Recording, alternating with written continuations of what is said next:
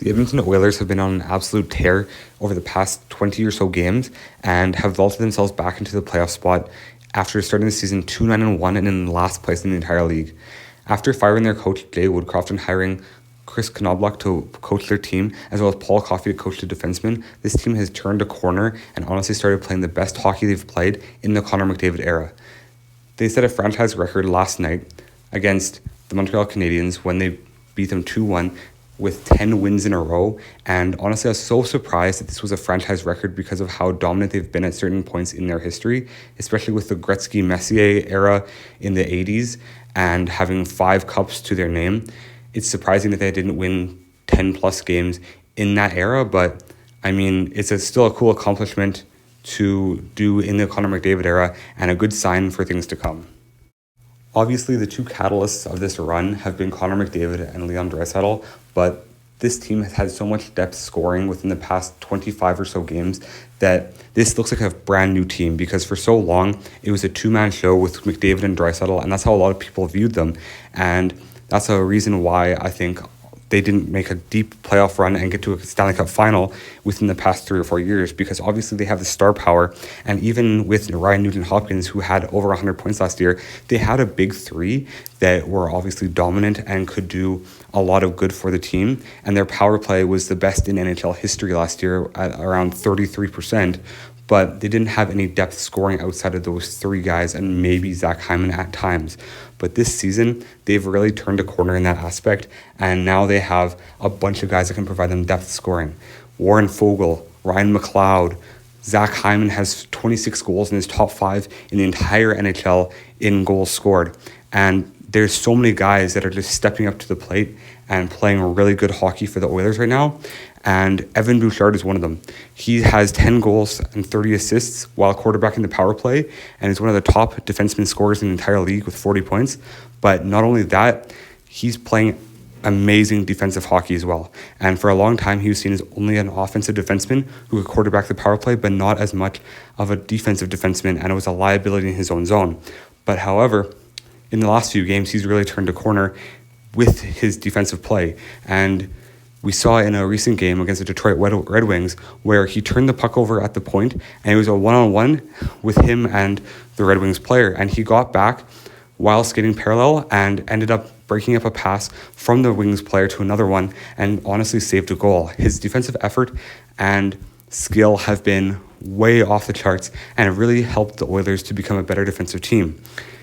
If you're also looking at other defensemen, Darnell Nurse has really stepped up for them as well. And a lot of people criticized his $9.25 million per year contract and said that he was way overpaid. And while he still may be a little bit overpaid, he's definitely playing more up to his contract level and providing the Oilers with a sound defensive defenseman, and is playing exceptional hockey while leading the Oilers defense core in a lot of different areas defensively.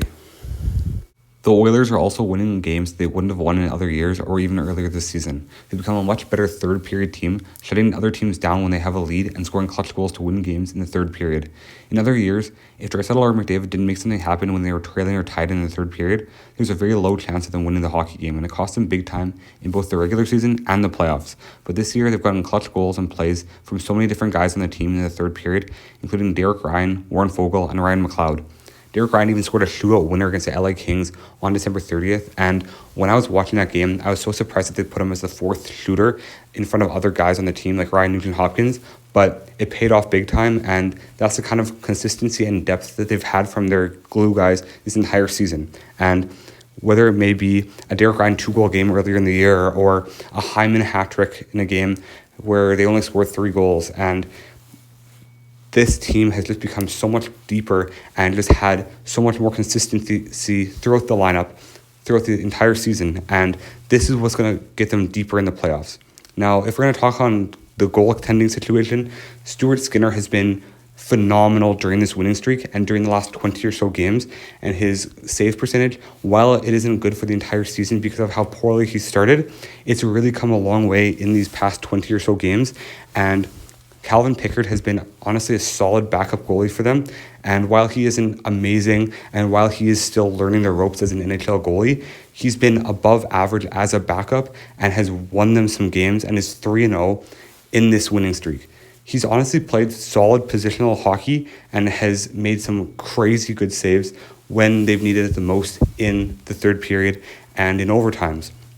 And that's been a big difference between their losing streak early in the season and their winning streaks later in the season. And Stuart Skinner and Calvin Pickard have honestly been the two MVPs of these winning streaks because they're giving the Oilers the saves that they weren't getting earlier on in the season.